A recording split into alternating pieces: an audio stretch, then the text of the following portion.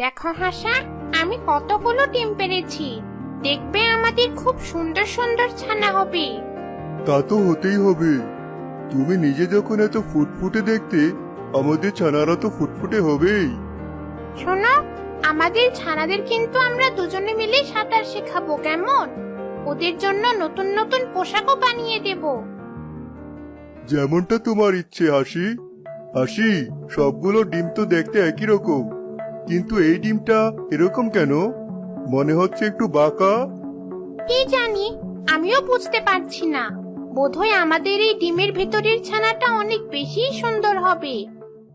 হাসাহাসি নিজেদের আগত সব ছানাদের জন্য নতুন নতুন সুন্দর সুন্দর পোশাক সংগ্রহ করতে থাকলো। অনেক অনেক খাবার বাসায় এনে মজুত করতে লাগলো।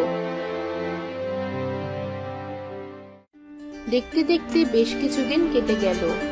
হাঁসের ডিমগুলো ফুটে একে একে সুন্দর সুন্দর ফুটফুটে বাচ্চা বের হতে লাগলো।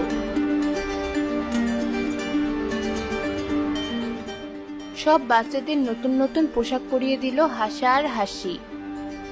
দেখো, আমাদের ছানারা কত সুন্দর হয়েছে। কিন্তু এই বাঁকা ডিম থেকে তো এখনো কোনো ছানা বের হলো না। আমার মনে হয় এই ডিম থেকে বেরোনো ছানা সব থেকে বেশি সুন্দর হবে, তাই একটু দেরিতে আমাদের দেখা দিচ্ছে। দেখতে দেখতে সেই বাঁকা ডিম থেকে একটা হাঁসের ছানা জন্ম নিল।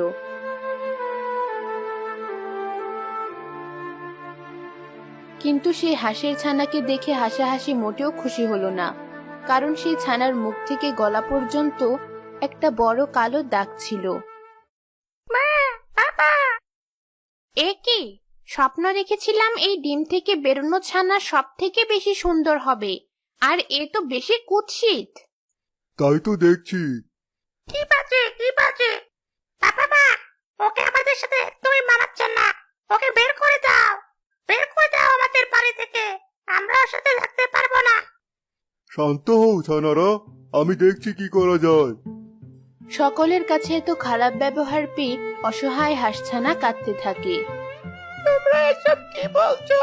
আমাকে কেন এসব বলছো? মা,